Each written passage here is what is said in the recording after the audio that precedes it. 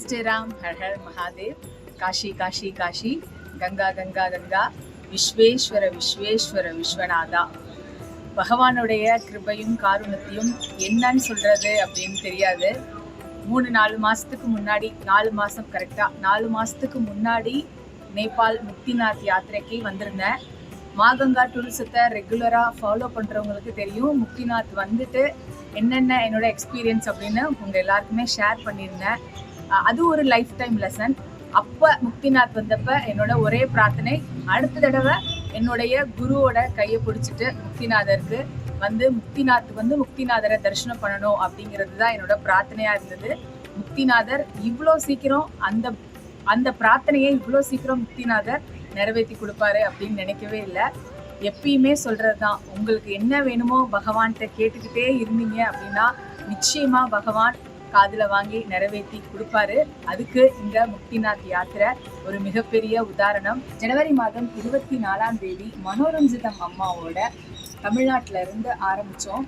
தானுமானவர், ஸ்ரீசைலம் அப்படின்னு ஒரு பெரிய யாத்திரை. பூரி ஜெகநாதர், உஜ்ஜைன், குஜராத், அதுக்கப்புறம் நம்ம மா காமாக்கியா அப்படின்னு 3 மாதம் தொடர்ந்து பயணம், காஷி அப்படின்னு 3 மாதம் தொடர்ந்து பயணம் பண்ணி இந்த யாத்திரைக்காக காத்திருந்து இந்த யாத்திரைக்கு முக்திநாதரை குருவோட போய் தரிசனம் பண்ணிட்டு வந்தது வாழ்க்கையில என்னைக்குமே மறக்க முடியாது.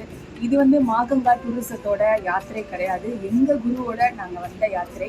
அதனால ஒரு ஃபுல் ஃப்ளெஜ்டாக வீடியோஸ் எடுத்து உங்களுக்கு கொடுக்க முடியல. ஆனால் என்னோட அனுபவத்தை உங்களோட பகிர்ந்துக்கணும் அப்படிங்கிறதுக்காக தான் இந்த பதிவு. போன தடவை நேபாள் யாத்திரைக்கு வந்தப்போ அது ஒரு விதமான அனுபவமாக இருந்தது. எந்த அளவுக்கு போன தடவை சிரமங்கள் பட்டு போய் பகவானை பார்த்தோமோ அதை விட ரொம்ப ரொம்ப சொகுசா தினம் விமானம், காட்மாண்டுலேருந்து ஜாம்சங் விமானம், திருப்பி காட்மாண்டுலேருந்து போக்ராக் விமானம், போக்ரா டு ஜாம்சங் விமானம், திருப்பி ஜாம்சங் டு போக்ரா விமானம், திருப்பி போக்ரா டு காட்மாண்டு, இப்போ மறுபடியும் விமானம் அப்படின்னு பகவான் இதே சொகுசா கூட்டிகிட்டு போயிட்டே இருக்காரு. எதுவுமே இந்த உலகத்தில் பகவான் நினைச்சா சாத்தியம் இல்லாதது எதுவுமே இல்லை. நிச்சயமா உங்களுக்கும் இது எல்லாமே கைகூடி வரும். நீங்க நிறைய பேர் என்கிட்ட தொடர்ந்து ஃபோன் பண்ணி காஷி ரொம்ப நாள் எங்களுக்கு கனவா இருக்கு, அயோத்தியா கனவா இருக்கு, உஜ்ஜைன் கனவா இருக்குன்னு என்கிட்ட தொடர்ந்து நிறைய பேர் ஃபோன்ல பேசிட்டே இருக்கீங்க.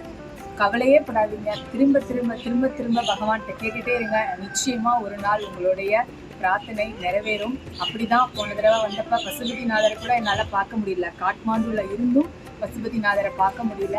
ஆனால் இந்த தடவை குருவோட போய் இத்தனை பேரோட போய் பசுபதிநாதரை கண்குளிர தரிசனம் பண்ணிட்டு வருவேன் அப்படிங்கிறது பகவான் முன்னாடியே பிளான் பண்ணி வச்சிருந்தாரு. அற்புதமான தரிசனம், மனசு முழுக்க நிறைஞ்சிருக்கு. இதே மாதிரி உங்கள் எல்லாருக்குமே கிடைக்கணும். சீக்கிரமாக மாகங்கா டூரிசத்தில் நேபாள் யாத்திரை நம்ம ஏற்பாடு பண்ணுவோம். முக்திநாதரை போய் தரிசனம் பண்ணுவோம். தொடர்ந்து மாகங்கா டூரிசத்தில் வரக்கூடிய வீடியோக்கள் எல்லாமே பார்த்து நீங்களும் யாத்திரைக்கு வர முடியாமல் எத்தனையோ பேர் வீட்டில் இருந்து இந்த மாதிரி வீடியோக்கள் பதிவுகள் பார்ப்பீங்க. உங்கள் எல்லாருக்குமே யாத்திரைக்கு வந்த பலன் புண்ணியம் கிடைக்கட்டும். பின்னாடி நீங்கள் பார்த்துட்டு இருக்கவர் இவர் தான் பசுபதிநாதர். இப்படி தான் இருப்பார் பசுபதிநாதர். 4 பக்கமும் முகம், மேலே ஒரு முகம், மொத்தம் 5 முகங்களோட பசுபதிநாதர் இருப்பார். பிரார்த்தனை பண்ணிக்கோங்க. உங்களுக்கும் சீக்கிரமாக உங்களுக்கு வேண்டுங்கிற யாத்திரை எல்லாம் கிடைக்கட்டும். அது வரைக்கும் வீட்டில் இருந்து சொல்லிட்டே இருங்க, காஷி காஷி காஷி, கங்கா கங்கா கங்கா, விஸ்வேஸ்வர விஸ்வேஸ்வர விஸ்வநாதா, ஹர் ஹர் மகாதேவ்.